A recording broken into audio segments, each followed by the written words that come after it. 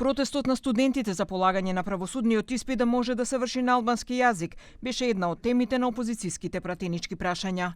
Рина Ајдари од Европскиот фронт го праша првиот вице-премиер Беким Сали како гледа на одлуката на Министерството за правда да не прифатат полагање на албански јазик.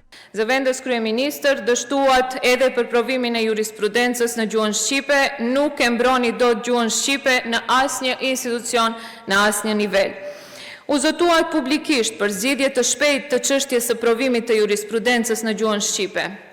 Në praktik, Ministria e Drejtësisë, që edhe sot doli me të njëjtin qëndrim që në mëngjes, e refuzoi këtë të drejtë dhe shpërfilli urdhrat e Inspektoratit për përdorimin e gjuhëve duke e reduktuar atë në një test gjuhësor.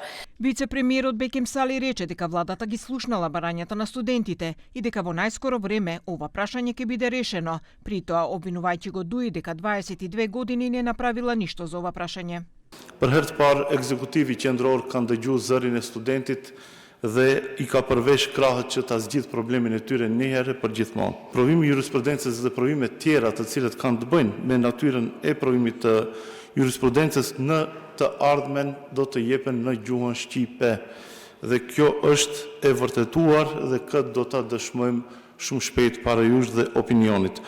Përndryshe, protestat e studentëve i pranojmë si revolt normale dhe është e drejtë e tyre për të protestuar. Ata nuk protestojnë për vlenin, protestojnë për frontin evropian dhe BDI-n i cili për 22 vite nuk ka arritur një harmonizim të ligjit të gjuhëve ta bën me këto ligje në fjalë. Ајдари го праша Сали во однос на евроинтеграциите и обврската за уставните измени, зашто, како што рече Европскиот фронт, собира потписи и зошто Влен се изјасни против тоа.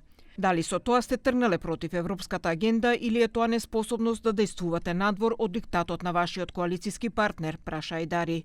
Вице-премиерот Сали рече дека тој е целосно посветен на евроинтегративниот процес, а дека тоа се покажува со исполнување на реформската агенда.